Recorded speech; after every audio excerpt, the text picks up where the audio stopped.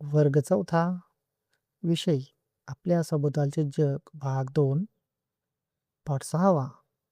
स्वराज्य स्थापनेची प्रतिज्ञा. स्वाध्याय. पहिला. रिकाम्या जागी योग्य शब्द लिहा. पुण्याच्या नैऋत्येला असलेले टिंब हे देवालय मोठे रमणीय स्थान होते. उत्तर. रायरेश्वराचे देवालय.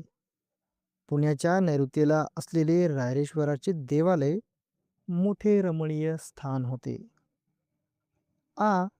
मावळांत ठिकठिकाणी काही टिंब मंडळी आपली वतने सांभाळत बसली होती. उत्तर. देशमुख. मावळांत ठिकठिकाणी काही देशमुख मंडळी आपली वतने सांभाळत बसली होती. शहाजीराजांनी शिवरायांची स्वतंत्र टिंब तयार केली होती. उत्तर. राजमुद्रा. शहाजीराजांनी शिवरायांची स्वतंत्र राजमुद्रा तयार केली होती. प्रश्न दुसरा. प्रत्येकी एका वाक्यात उत्तरे लिहा. रायरेश्वराच्या देवालयात शिवराय शेवटी निश्चयाने काय बोलले? उत्तर. हिंदवी स्वराज्याच्या रूपाने हे राज्य व्हावे असे श्रींच्या मनात आहे.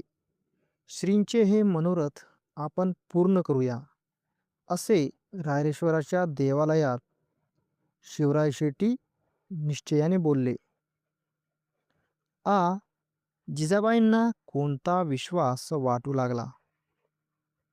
उत्तर.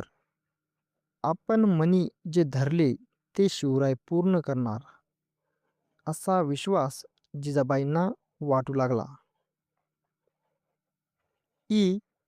शिवरायांनी कोणत्या गोष्टींची खडानखडा माहिती मिळवली? उत्तर. शिवरायांनी चोरवाटा, तळघरे, भुयारे, हत्यारे, दारुगोळा आणि शत्रूंच्या फौजांची ठाणी यांची खडानखडा माहिती मिळवली. शिवरायांनी कोणत्या गोष्टींना आळा घालायचे ठरवले? उत्तर. मावळांतील आपापसात होणाऱ्या भांडणांना आळा घालण्याचे शिवरायांनी ठरवले. प्रश्न तिसरा. 2 ते 3 वाक्यांत उत्तरे लिहा. शिवरायांचे ध्येय कोणते होते? उत्तर. सर्वांचे हिंदवी स्वराज्य हेच ध्येय असेल. सर्वांच्या हक्काचे स्वराज्य स्थापन करायचे. परक्यांची गुलामी आता कोणी करणार नाही हे शिवरायांचे ध्येय होते. शिवरायांचा कोणता नित्यक्रम सुरू झाला? उत्तर.